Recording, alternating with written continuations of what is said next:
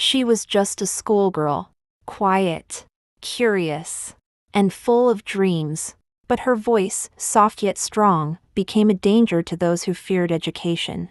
They pointed a gun at her, to silence her forever.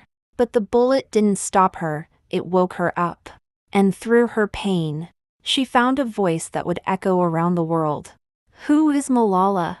Stay with us, because this story will move your heart. Welcome to Glorious English, where powerful, true stories help you learn English in a beautiful way. Today, we bring you one of the most emotional journeys you will ever hear, the story of a young girl from the Swat Valley in Pakistan. She wasn't a queen, or a soldier, or a leader by name. She was a student, just like millions of others, who simply wanted to learn. But her dream became a threat. Her words became a revolution. She stood against fear, against bullets, against silence. And in doing so, she taught the world what courage truly means. So, don't go anywhere, because Malala's story isn't just inspiring, it's unforgettable. Chapter 1: The Girl from Swat. In a quiet corner of northern Pakistan, where snow kissed the mountains, and rivers whispered through the valley, a little girl named Malala was born. Her hometown, Mingora, in the Swat Valley, was once full of peace and beauty. But that peace would not last. From the moment she could speak, Malala had something rare, a voice that questioned, that wondered, that dared. Her father, Yousafzai, a poet, school teacher, and fierce believer in education, saw her not as a burden, but as a bright flame. He named her after Malala of Maiwand, a brave Afghan heroine. He filled their home with books, poems, debates. He opened a school, not just for boys, but for girls too. And Malala, wide-eyed and eager, sat proudly among the students, soaking up every word, every number, every story. While other girls played with dolls, Malala wrote speeches. While others stayed silent, she raised her hand. She wasn't like most children in her town. She dreamed of being a teacher, a leader, a change maker. Education wasn't just something she wanted, it was everything. Each morning, dressed in her uniform, with her backpack bouncing on her shoulders, she walked the dusty path to school, smiling, learning, believing. At home, she argued about politics with her father and helped her mother with chores. Her life was simple and full of purpose. But outside, a shadow was creeping into Swat, dark, slow, and full of fear. The Taliban had begun to move in. First, they spoke on radio stations. Then, they showed up on streets. Then, they started to take control. Little by little, the peaceful life of Swat started to vanish. Music was banned. Smiles became rare. Fear settled in every home. But Malala? She did not tremble. She did not hide. She listened, and then she questioned, why shouldn't girls go to school? Why are we afraid? Her father supported her voice, even when others whispered warnings. And though Malala was just a girl with 2 long braids and bright eyes, she began to shine like a spark in the darkness. She didn't want fame or power, she just wanted books, and freedom, and a world where every child, boy or girl, had the right to learn. That little girl from Swat was ready to fight with words. Chapter 2: When Books Became Dangerous. The Swat Valley, once known for poetry and peace, had become a place of whispers and gunfire. The Taliban were no longer distant figures on the radio, they were here, in the streets, holding rifles and rules. Girls were told to stay home. Schools were ordered to close. Education, once a right, was now a crime.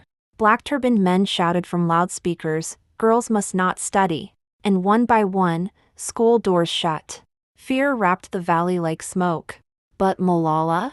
She refused to be silent. Her uniform still hung by the door. Her books still rested under her pillow. She would not give them up, not for anything. Then, Something remarkable happened.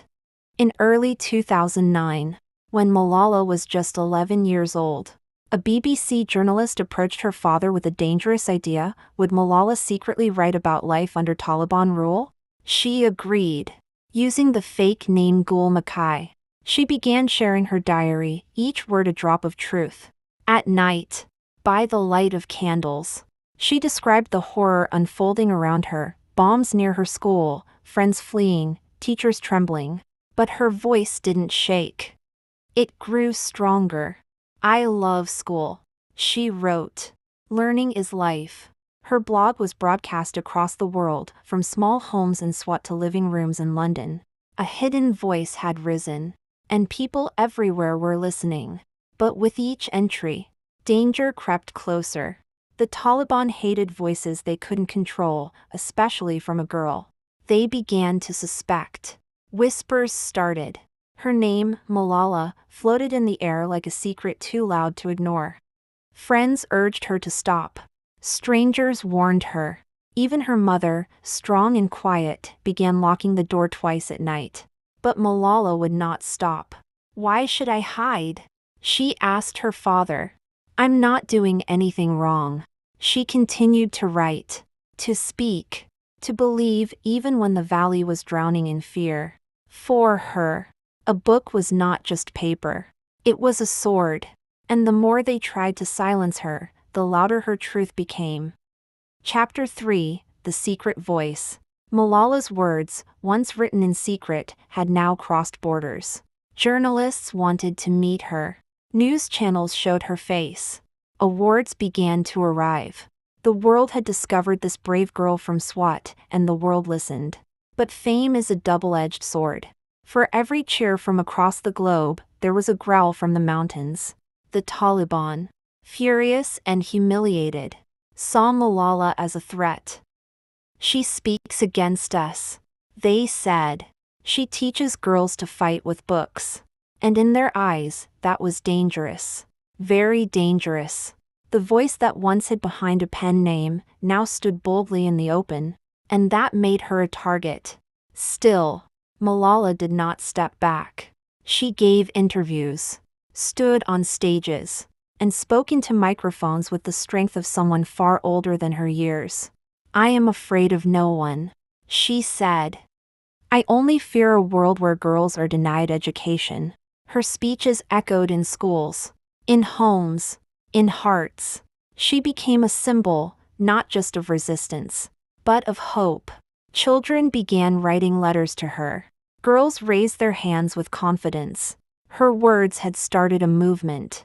But with each headline she appeared in, the danger grew. The Taliban declared her voice a crime and her name a target. Then came the darkest day.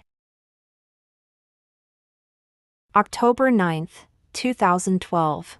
Malala, now 15, was riding home from school in her uniform, laughing, chatting, innocent. Suddenly, a man stepped onto the road. He stopped the bus, climbed aboard, looked around. "Who is Malala?" he asked. Silence, eyes wide, hands trembling. Then, he fired. A single bullet, cruel and cold, struck her head. Screams followed. Blood. Chaos. The world went silent for a moment. Had the voice been silenced? Had the light gone out? She was rushed to the hospital, barely breathing, the valley crying for its daughter. But Malala had always been more than just a girl. She was a storm wrapped in silence, a spark wrapped in skin. And even as she lay unconscious, her story was still speaking. Chapter 4: Who is Malala? The world held its breath. Hospitals buzzed. Reporters gathered. Candles were lit across continents. A 15-year-old girl, who had dared to fight for books, now lay between life and death. The bullet had entered her head, passed through her neck, and lodged near her shoulder. Doctors in Pakistan fought to save her. Surgeons worked through the night. Her skull was shattered. Her body was broken. But her spirit? Uncrushed. The world began to ask, who is this girl? Why would someone try to silence her with a bullet? The answer was not just about Malala, it was about every girl who had ever been told to sit down, stay quiet, or stop dreaming. She became more than a name. She became a symbol. When her condition worsened, the Pakistani government flew her to Birmingham, England, for treatment. She arrived unconscious, fragile, silent, but doctors saw a miracle waiting. They performed multiple surgeries, removed the bullet, rebuilt her skull with titanium. Day by day, she opened her eyes. She moved her fingers. She whispered her first words. The world rejoiced. Malala is alive. Newspapers flashed her name. Leaders praised her courage. But inside, she was still healing, not just from the wound, but from the fear. Will they come for me again? She wondered. She couldn't speak clearly. Half her face was paralyzed. But her thoughts, sharp, bright, unshaken, were still burning. They tried to silence me, she would say later, but they only made my voice louder. Months passed. Her body grew stronger. Her smile returned. And when she finally stood before a camera, her scarf wrapped around her hair, her eyes deep and calm, the world leaned in to listen. I am Malala, she said, and I will continue. No anger, no revenge, just grace, and strength, and power wrapped in peace. She had lost part of her hearing, but gained the ears of millions. The Taliban had wanted to erase her, but instead, they had written her into history. That one question, who is Malala, was now answered with thunder. She is the girl who did not fall, even when the bullet hit. Chapter 5, From Hospital to Hero. Malala stepped out of the hospital not just as a survivor, but as a symbol of unstoppable courage. The girl who had once hidden behind the name Gul Makai was now a global name, bold, unshaken, alive. Yet, healing wasn't only physical. Every day, she fought silent battles, relearning speech, facing flashbacks, adjusting to a new life far from Swat. She missed the smell of her valley, the sound of her school, her mother's quiet prayers in Pashto. But she also understood, her journey was no longer just hers. She was carrying the voice of millions, girls who had no microphones, no safety, no freedom. And so, even in pain, she rose. In Birmingham, she began school again, just months after being shot. She walked the same halls as other teenagers, read the same books, but her heart beat with purpose far bigger than grades. Outside the classroom, she stood before world leaders, not as a victim, but as a warrior for peace. She didn't shout. She didn't blame. She simply spoke, calmly, wisely, and with fire in her words. One child, one teacher, one book, and one pen, she said, can change the world. Her message rang through parliaments, through classrooms, through the hearts of people everywhere. Presidents shook her hand. Crowds rose to their feet. But Malala? She stayed grounded, always smiling, always humble, always focused on the mission. In 2014, at just 17, she became the youngest person in history to receive the Nobel Peace Prize. The world applauded. Cameras flashed. But Malala stood still, holding her medal not for herself, but for every silent child in the shadows. She dedicated it to girls in Nigeria, in Syria, in Afghanistan, girls whose stories the world had forgotten. Her fame never dimmed her purpose, it only sharpened it. She used her platform to build schools, fund education, and start the Malala Fund, an organization for girls' rights. The girl who was shot for learning now stood on the world's highest stages, teaching humanity what true bravery looks like. Chapter 6, A Pen Mightier Than Fear. Malala's journey didn't stop with a prize, it only began to shine brighter. While others celebrated her as a hero, she kept her focus sharp, education for every child, everywhere. The Taliban had tried to destroy her with a bullet, but Malala chose a weapon more powerful, her pen. Through speeches, books, and interviews, she lit fires in the minds of young people around the world. She wrote her memoir, I Am Malala, pouring out her truth, not to seek sympathy, but to inspire courage. Millions read her words and saw themselves in her story, not just the pain, but the fight, the hope, the victory. Her pen became a bridge between silence and voice, fear and freedom, darkness and light. She traveled from refugee camps to royal halls, listening, learning, leading, whether sitting with war survivors or standing before kings. Malala spoke the same way, with honesty and calm power. She reminded the world that every girl, no matter how poor, how far, how forgotten, deserves a book, a teacher, a chance. She didn't believe in borders, or barriers, or impossible. She believed in action, and she lived it, launching campaigns, funding schools, meeting presidents, and walking beside girls who once felt invisible. But even with cameras flashing and honors pouring in, Malala never forgot where she came from.